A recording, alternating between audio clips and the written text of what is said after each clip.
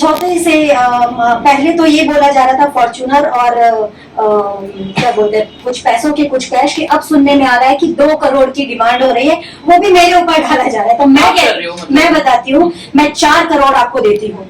Money Miraj तुम्हारी 2 बहनें हैं, अफसाना और चांदनी, उन दोनों को बोलो कि अपने अपने हस्बैंड को छोड़ दे, उनके हस्बैंड से छोड़ने के बाद वो समझौता कर लेंगी। तुम्हारी बहनें छोड़ो, तुम्हारी माँ नैमो निशा अख्तर मियां जो मेरे ससुर है, उनको छोड़ने के लिए तैयार है, समझौता कर लेंगी। अगर आप समझौता करवा सकते हो तो मैं भी समझौता करने के लिए तैयार हूँ। और ये जो 3 साल से मनी मिराज आपको अपने घर में रखे हुए थे, तो वही बात है कि इरादा क्या था? शादी करने से तो पलट गए हैं, है ना? तो करना क्या चाहते थे? पलटने से सच्चाई तो बदल नहीं जाएगी ना। आप एक पत्थर को कहोगे कि नहीं ये पत्थर नहीं है मोम है, तो वो मोम नहीं बन सकता है। पत्थर है तो पत्थर है। आप किसी चीज को झुठलाने के लिए बहुत पैतरे यूज कर सकते हो, लेकिन सच्चाई नहीं बदल सकते हो। अगर आप सच हो तो पूरा परिवार सामने आओ। इनके लॉयर बोल रहे थे, एक मैंने बाइट देखा कि वनु को बोलो गंगा में खड़ी होकर और ये FIR लेके कसम खा ले, अगर सच्ची होगी तो मैं केस लड़ने के लिए मना कर दूंगा। मैं कहती हूँ आप गंगा जी में नहीं, आप जहाँ कहें मैं वहां खड़ी हो जाऊंगी। आप इनके घर जाइए, मनी मिराज के पूरे परिवार को बोलिए एक सच्चे मुसलमान की यही पहचान है कि कुरान शरीफ के ऊपर वो झूठी कसम नहीं खाएगा। पूरे परिवार को कसम खिलवाइए कि क्या मैं उनकी बहू नहीं हूँ, क्या उनके घर पे नहीं रहती थी मैं, और क्या चाल चल रहे थे ये लोग। इन लोगों को क्या लगा, आज तक कोई बोलने वाला खड़ा नहीं हुआ, इसलिए इन जैसे लोगों का मन बढ़ता रहा है। तो ऐसे मान लीजिए आपको 3 साल रखा, शादी का इरादा नहीं था, क्या ये किसी भी लड़की को अपने घर में ऐसे रख लेते हैं क्या?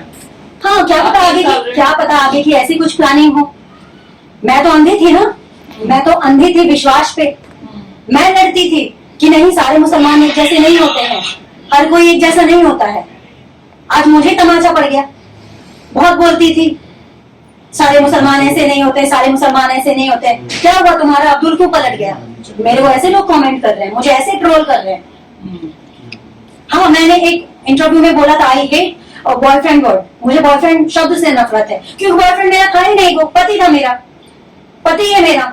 धोखेबाज तो वो निकला, धोखेबाजी उसके खून में है। गद्दार वो निकला, गद्दारी उसके खून में है। मैं बहुत रोई हूँ, पर अब मैं रोऊंगी नहीं, अभी ये लोग रोएंगे। और मुझे इंसाफ चाहिए, मुझे न्याय चाहिए, और मुझे पूरा भरोसा है कानून पे, मुझे पूरा भरोसा है पिंकी भैया पे। आपने मतलब आप इतना टाइम साथ में रही, तो आपको ये लगा था कि वो आपसे शादी करेगा, मतलब कोर्ट मैरिज करेगा, समाज में अपनाएगा? वो मुझसे शादी कर चुका था।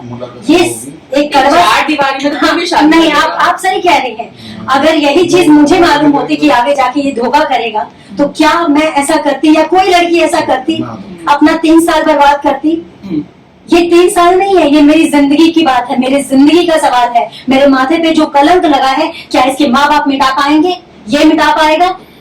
ये मेरा 3 साल बोलते हैं लोगों के लिए 3 साल आसान है, ये मेरी पूरी जिंदगी खराब की है इन लोगों ने। क्या ये मेरी वो बस इतना वो साथ में काम करते थे, वो तो अच्छा लगता था, लगाव हो गया था, मतलब शादी की तो दूर दूर तक वो बात ही नहीं कर रहा है। मैम, मेडिकल से बड़ा कुछ नहीं है, मेडिकल जांच हो चुकी है। अभी तक तो ये बोल रहा था सिर्फ जानवर वाला वो था, रिश्ता था। अभी शायद उसमें जेल जाने के बाद सुनने में आ रहा है कि उसमें इसने बोला है पूछताछ में कि संबंध भी बने थे शारीरिक। अब इतना क्यों बोल रहे हो? अभी भी झूठ बोलो, अभी तो बहुत सारी झूठ आपके बाकी हैं।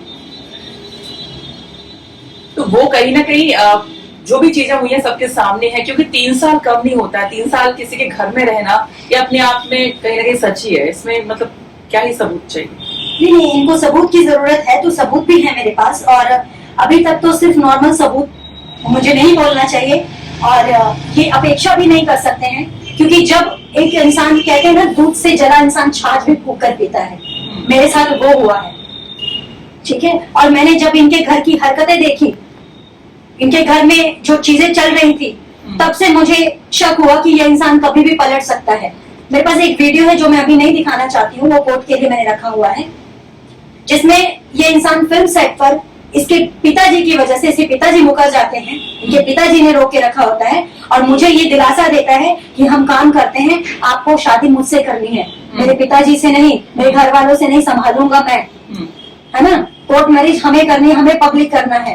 पब्लिक करना होता तो मैं कब का कर चुका होता, लेकिन हम लोग समाज में एक प्रतिष्ठित तरीके से करेंगे, इसलिए ये कोर्ट मैरिज हम लोग कर रहे हैं।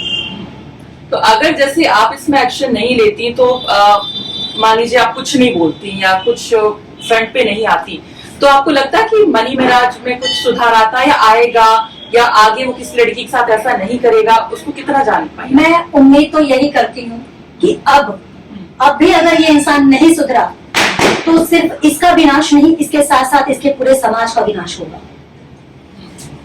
और ये तय है। और पिंकी भैया जैसे लोग ही ऐसे लोगों को सुधारने का काम कर रहे हैं। आज बहुत लोगों का कमेंट पढ़ती हूँ पिंकी भैया के मतलब उल्टा सीधा पिंकी भैया के लिए बोलते हैं, तो मैं उन लोगों को एक चीज बोलना चाहूंगी कि वो इंसान सिर्फ गलत इंसानों का विरोध करते हैं। उनको हर मुसलमान से प्रॉब्लम नहीं है, उनको बेईमान मुसलमान से प्रॉब्लम है।